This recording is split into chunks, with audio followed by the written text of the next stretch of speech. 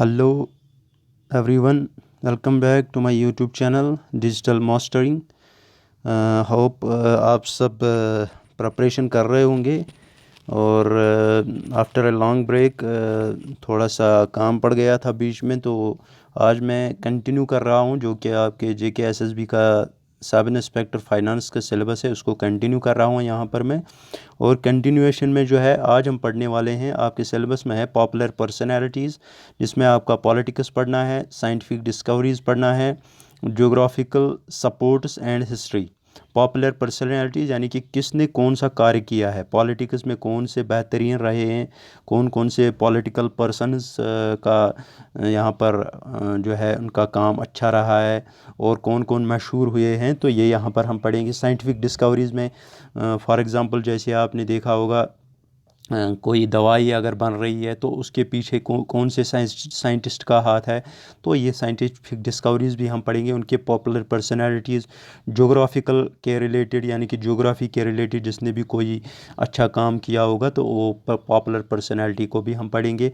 उसके बाद सपोर्ट्स में डिफरेंट फील्ड, सपोर्ट्स के डिफरेंट फील्ड्स में जैसे आपका बैडमिंटन हो गया, चेस हो गया, ऐसे ही बहुत सारे सपोर्ट्स, क्रिकेट हो गया, वॉलीबॉल हो गया, फुटबॉल हो गया, ये इंपॉर्टेंट सपोर्ट गेम्स हैं जिनके रिलेटेड इंपॉर्टेंट पर्सनैलिटीज़ भी हैं, उनके बारे में हम पढ़ेंगे।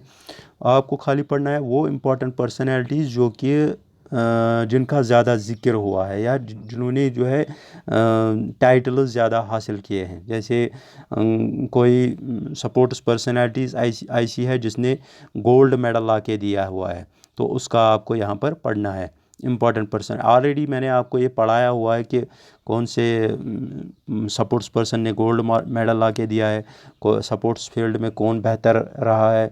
जैसे मैंने आपको सानिया मिर्ज़ा का बताया था, तो ऐसी ऐसी डिफरेंट साइना नेहवाल है, तो ये या महेंद्र सिंह धोनी है, या ऐसे ही तेंदुलकर हैं जिन्होंने वर्ल्ड कप ला के दिया है इंडिया को, तो ये इंपॉर्टेंट पर्सनैलिटीज़ है वो हम पढ़ेंगे। ऐसे ही यहाँ पर पॉलिटिकल में जैसे प्राइम मिनिस्टर नरेंद्र मोदी जो आज के हमारे प्रधानमंत्री हैं, उसके बाद नेक्स्ट जो लीडर्स आए थे पहले से ही, यानी कि पहले से मतलब क्या है,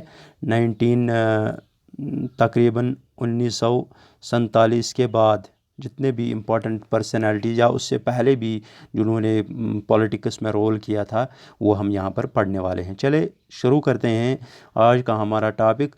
शुरू करने से पहले मैं आपको यहाँ पर बता दूँ, अगर आप नए देख रहे हैं मेरे यूट्यूब चैनल को तो इसको सब्सक्राइब कीजिए और बेल के आइकन को दबा दीजिए, और उसके साथ साथ टेलीग्राम चैनल की लिंक मैं डिस्क्रिप्शन में डाल रहा हूँ, वहाँ से आप टेलीग्राम चैनल ज्वाइन कर सकते हैं।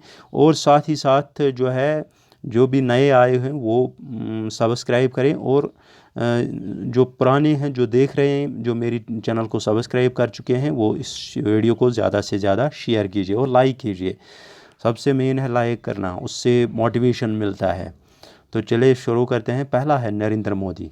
नरेंद्र मोदी जो है वो प्राइम मिनिस्टर रह चुके हैं इंडिया के, कब से, सिंस 2014 है कि 2014 से वो प्राइम मिनिस्टर, 2019 में उनको फिर से चुना गया था, मगर ये जो इलेक्शंस हो गए थे इनमें इन्होंने विथ मेजॉरिटी जो है इन्होंने यहाँ से जीता था। तो और ये एक ऐसी पार्टी है यानी कि अलग पार्टी जो कि यानी कि तब तक जो है ज़्यादातर आपने देखा होगा कि कांग्रेस ही हुकूमत करती थी, तो उसके बाद एक ऐसी पार्टी उभर के आई जिन्होंने जो है तख्ता पलटा और उसके बाद इनकी हुकूमत शुरू हो गई। तो पर डेट वगैरह यह आपको याद नहीं रखना है। वदनगर गुजरात में इनकी बर्थ प्लेस है, यानी कि यहाँ पर इनका जन्म हुआ था। ये 14th PM ऑफ इंडिया हैं, यानी कि 14th, अगर एग्जामिनेशन में आ सकता है कि who is the 14th PM of India, तो आपका आंसर होना चाहिए नरेंद्र मोदी। उन्होंने हिस्ट्री क्रिएट की कि पहले ऐसे प्रधानमंत्री बन गए जो कि आउटसाइड ऑफ कांग्रेस पार्टी, जिन्होंने 2 बार इलेक्शन जीता है विथ फुल मेजॉरिटी। और इनकी जो मेन जो आपको यहाँ पर इसके रिलेटेड बताना है वो है from Bharatiya Janata party, party worker, यानी कि वर्कर से लेकर PM तक, यानी कि पहले ये वर्कर हुआ करते थे, उसके बाद जो है इनका सफ़र कहाँ तक, PM तक कैसे रहा और इनकी जो लाइफ स्टाइल है वो क्या क्या है। तो यहाँ पर आपको ज़्यादा नहीं पढ़ना है, आपको खाली पॉपुलर पर्सनैलिटीज़ के बारे में जानना है। उसके बाद नेक्स्ट चलते हैं B.R. अम्बेडकर। B.R. अम्बेडकर जो है वो फेमस थे as jurist, economist, member of parliament for Bombay state, member of parliament for Bombay state 1952-56। उसके बाद India's first minister of law and justice, यानी कि ये पहले मिनिस्टर बन गए थे किसके, law and justice. B.R. Ambedkar inspired the Dalit Buddhist movement. इस किस मूवमेंट को इसने इंस्पायर किया था, दलित बुद्धिस्ट मूवमेंट को। ही आल्सो फॉट अगेंस्ट, इसने किसके खिलाफ लड़ा है, social discrimination prevalent in India at that time, जो कि उस टाइम प्रेवेलेंट थी, यानी कि उस टाइम पीक पे थी सोशल डिस्क्रिमिनेशन, उसके ख़िलाफ़ इन्होंने लड़ा था। और ये एक चीफ़ आर्किटेक्ट हैं किसके, आपको ये मालूम होना चाहिए और याद भी होगा आपको, कॉन्स्टिट्यूशन ऑफ इंडिया जो कि किसने बनाया है, उसकी साख्त किसने डाली है, दैट वाज B.R. अम्बेडकर, याद रखना। अम्बेडकर वाज, इसको जो है इसके मरने के बाद इसको जो है भारत रत्न मिला था, यानी कि भारत रत्न इसको पोस्ट थॉमसली मिला था। उसके बाद Indira Gandhi, Indira Gandhi third prime minister रह चुकी है इंडिया की। Who is third prime minister of India, that is Indira Gandhi, याद रखना। बाकी इसका क्या क्या है, the third prime minister of India Indira Gandhi served as PM, ये कहाँ से कहाँ तक PM रही है, 1966 टिल 1977, यानी कि 10 साल। एंड देन अगेन फ्राम 1980, और उसके बाद अगेन वापस इसने हुकूमत शुरू की 1980 टिल हर असैसिनेशन इन अक्टूबर 1984, और उसके बाद 1984 में इसका असैसिनेशन हो गया, इसको मार दिया गया। She is considered one of the India strongest PM and is hailed for leading India to victory over Pakistan in 1971, which resulted in creation of Bangladesh. However, she is also categorized as authoritarian and is criticized for imposing emergency in 1957. इसको criticise किया जाता है क्योंकि इसने emergency लागू की थी 1975 में। उसके बाद नेक्स्ट महात्मा गांधी जो आपको पता ही है, हमारे नोटू के ऊपर छपा हुआ है, leader of Indian independence movement, ये लीडर रह चुके हैं किसके, इंडियन इंडिपेंडेंस मूवमेंट के। तो ये एक Indian lawyer and anti colonialist nationalist थे। महात्मा गांधी को जो है इसने फाइट की है किसके लिए, इंडिपेंडेंस के लिए, यानी कि ब्रिटिश रूल से आज़ाद करने के लिए, हिंदुस्तान को ब्रिटिश रूल से आज़ाद करने के लिए। और he is renowned for his employment of non violent resistance and civil disobedience methods, यानी कि कुछ इसने जो है कुछ मेन जो मूवमेंट्स थी वो चलाई थी, जैसे non violent resistance, civil disobedience methods. और इसकी पॉपुलैरिटी की वजह से जो है इसको एंड वाज असैसिनेटेड, और इसको असैसिनेट किया गया था कब, 1948 में। आप मुझे कमेंट सेक्शन में बताएंगे कि इसको असैसिनेट किया किसने किया था, who assassinated Mahatma Gandhi. He is widely considered the father of nation in India, इसको खिताब दिया जाता है father of nation in India. उसके बाद सरदार वल्लभ भाई पटेल को किस नाम से जाना जाता है, आयरन मैन ऑफ इंडिया, ये आपको याद रखना है, एग्जामिनेशन में आ सकता है। Who is called the iron man of India, वहाँ पर ऑप्शन 4 दिए होंगे, तो आपका ऑप्शन होना चाहिए सरदार वल्लभ भाई पटेल। सरदार वल्लभ भाई पटेल को आयरन मैन ऑफ इंडिया कहा जाता है। उसके बाद नेक्स्ट चलते हैं, सरदार वल्लभ भाई पटेल को iron man of India and unifier of India. Sardar Patel played an important role, इसने इम्पॉर्टेंट रोल किस में अदा किया था, princely states into a united independent nation. United states यानी कि प्रिंसली स्टेट्स जो थी उनको यूनाइट करना और इंडिपेंडेंट नेशन को इंडिपेंडेंस देना। और उसके बाद जो है 2018 में 2018 the world's tallest statue called the statue of unity, जिसको स्टैचू ऑफ यूनिटी के नाम से जाना जाता है, डेडिकेटेड टू सरदार वल्लभ भाई पटेल। है आपको पता ही होगा ये कहाँ पर है, आप मुझे कमेंट सेक्शन में बताएंगे। यहाँ पर मैंने बोला था हिंट देनी चाहिए थी, मगर मैं चाहता हूँ कि आप मुझे कमेंट सेक्शन में बताएंगे कि स्टैचू ऑफ यूनिटी जो है, जो कि डेडिकेट किया गया है किसको, सरदार वल्लभ भाई पटेल को, ये कहाँ पर लोकेटेड है, इसको कहाँ पर बनाया गया है। तो क्यों इसको ये स्टैचू जो है डेडिकेट किया गया था, क्योंकि यहाँ पर मैंने आपको बोला integrating various princely states into united independent nation, उस वजह से इसको स्टैचू ऑफ यूनिटी जो इसके लिए बनाया गया था। उसके बाद सुभाष चंद्र बोस जो है वो भी एक पॉलिटिकल लीडर थे। बर्थ प्लेस ये क्या थे, and Indian nationalist known for his role in country's struggle. ये एक ऐसे नेशनलिस्ट थे जिनका जो है रोल किस में है, for countries struggle for freedom from British. इसका रोल भी कहाँ पर हमें देखने को मिलता है, ब्रिटिश के ख़िलाफ़ लड़ने को, ताकि हिंदुस्तान को आज़ाद किया जाए। उस टाइम इसको भारत कहा जाता था, ताकि हिंदुस्तान को आज़ाद किया जाए। Subhas Chandra Bose was a politician with radical views. ये एक ऐसे पॉलिटिशियन थे जिनके रेडिकल व्यूज़ थे। He was part of Indian National Congress.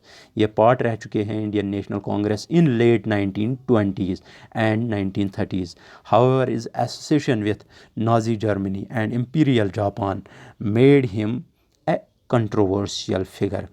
मगर इसकी एसोसिएशन किसके साथ, यानी कि इसका मिलना किसके साथ, Nazi Germany and imperial Japan made him a controversial figure. उस कारण ये एक कंट्रोवर्शियल फिगर बन गए थे। उसके बाद नेक्स्ट अटल बिहारी वाजपेयी, जो कि हमारे प्राइम मिनिस्टर रह चुके हैं। कब से कब तक ये प्राइम मिनिस्टर रह चुके हैं वो भी हम देखेंगे। Atal Bihari Vajpayee served as 10th prime minister. Important है यहाँ पर, अगर आपके एग्जामिनेशन में आ सकता है question, who is the 10th who has become the 10th prime minister of India, तो आपका ऑप्शन होना चाहिए Atal Bihari Vajpayee. Served as the 10th prime minister of India and was first prime minister, और पहले प्राइम मिनिस्टर थे जिन्होंने क्या किया था, did not belong to Indian National Congress, जो कि इंडियन नेशनल कांग्रेस से बिलोंग नहीं करते थे। यानी कि पहले ऐसे व्यक्ति जो कि प्राइम मिनिस्टर बन गए थे अलग पार्टी के, वो जो कि बिलोंग नहीं करते थे कांग्रेस से। The BJP politician had been a journalist and an RSS member. ये एक बीजेपी पॉलिटिशियन थे और उसके साथ साथ ये एक आरएसएस मेंबर भी रह चुके हैं। He was a noted poet too. During his tenure as prime minister he carried out, इसके दौरान जब इनकी हुकूमत थी, जब इसका कार्यकाल चल रहा था, उसी दौरान इन्होंने क्या शुरू किया था, Pokhran second nuclear test in 1998 and declared India as a country with nuclear weapons capability. He carried out Pokhran second, याद रखना पोखरान सेकंड न्यूक्लियर टेस्ट जो कि 1998 में हुए थे, और उसके बाद ये डिक्लेयर किया इसने जो कंट्री है इंडिया जो है ये एक न्यूक्लियर वेपन कैपेबिलिटी रखती है। उसके बाद नेक्स्ट जो हैं वो हैं APJ अब्दुल कलाम। APJ अब्दुल कलाम जो कि प्रेसिडेंट रह चुके हैं इंडिया के 2002-2007 तक। एरोस्पेस, ये एक एरोस्पेस साइंटिस्ट थे। उसके बाद APJ अब्दुल कलाम जो थे ये 11th प्रेसिडेंट बन चुके थे, और उससे पहले ये क्या थे, एरोस्पेस साइंटिस्ट। कहाँ पर, DRDO एंड इसरो, यानी कि डिफेंस रिसर्च डेवलपमेंट ऑर्गन और ISRO Indian space research organisation, known as people's president and the missile man of India, जिसको पीपल्स प्रेसिडेंट कहा जाता है। इसको खिताब मिला है people's president as well as missile man of India. He was instrumented in India's Pokhran second nuclear test, जो कि कहाँ पर कब हुआ था, मैंने आपको बोला है। He died of cardiac arrest while delivering a lecture at IIM Shillong. इसकी मौत जो है वो वाक़ा हुई थी किसके कारण, कार्डियक अरेस्ट, यानी कि हार्ट फेलियर की वजह से इसकी मौत हुई थी।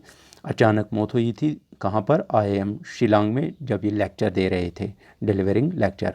उसके बाद राजीव गांधी जो थे was the sixth and the youngest prime minister of India, यानी कि छठे प्राइम मिनिस्टर कौन रह चुके हैं, दैट इज़ राजीव गांधी, और यंगेस्ट थे। इन्होंने मेजर रोल किस में किया था, कंप्यूटर एरा इन इंडिया, यानी कि कंप्यूटर एरा इंडिया में कंप्यूटर एरा को लाने के लिए। और he was assassinated bye Tamil militants, इसको असैसिनेट किया था किन्होंने, तमिल मिलिटेंट्स ने, while he was the leader of the oppositions, और ये लीडर थे अपोजिशन के। उसके बाद नेक्स्ट जो है वो थी सरोजिनी नायडू।